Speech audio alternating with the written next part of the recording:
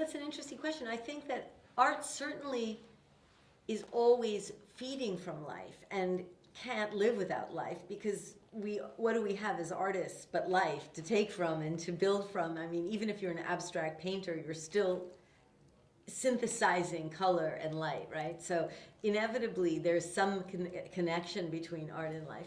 But I also think that art influences life all the time. And I think that that's why deciding what you're going to put into the world is important.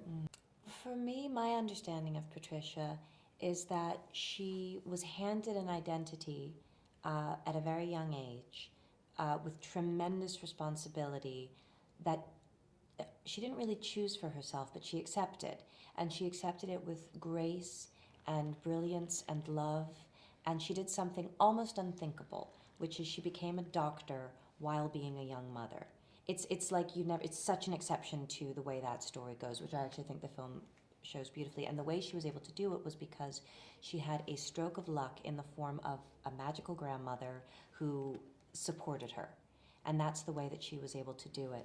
And she feels such a debt of gratitude to her good fortune that she's never really asked herself what her needs are. She's been afraid to ask herself what her desires are and her needs are, because she feels like she's gotten so much more than she had any right to expect. But the fact of the matter is that she is a human being, and her true self does come knocking, and it gets louder and louder and louder until she can't ignore it anymore. And then she comes to the revelation that perhaps she's been lying about her life.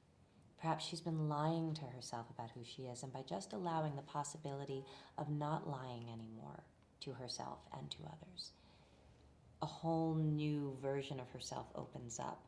So for me, all of those things are vulnerable, and her amazing ability to listen to herself and to listen to others and to live in a world in which she's not harmful to others or making others wrong, but is actually open and curious as to what's going to happen next.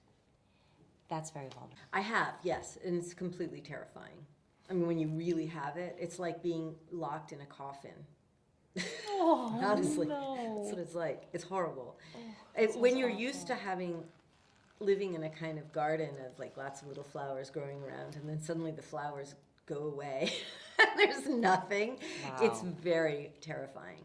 And I think that one of my favorite moments in the film is when you first see Stephen at the piano and he's like looking so lost behind his glasses, this sort of terrified look on his face of just not being able to get, as he says, I can't get inside it. You know, it's like you're locked out. You're locked out of the paradise. The film says it when she goes to the church and she is the only person there. You know, we're living in an increasingly secular society, and yet it's not like our souls have gone away. You know, and I think that all of us are longing for our connection to something larger than ourselves. And it's very interesting because we do talk about mental health, and we do talk about physical health, but we don't often talk about our spiritual health. And for me, that's where Patricia, that's kind of where she is in the modern world, a bit of a pioneer, in that sense that she allows for it to be a possibility, and she does move boldly towards it. It's radical. Yeah, there's a radical streak inside of her, and perhaps it's radical in a way that 100 years ago would have been very traditional, but I guess that's life. Times change. Yeah, well, there's the tugboat, inside a tugboat is so small that there's a natural desire to have a more square format. Honestly, that's part of what was going on. But there's also the sense that these two characters are very intimate together, Stephen and Katrina.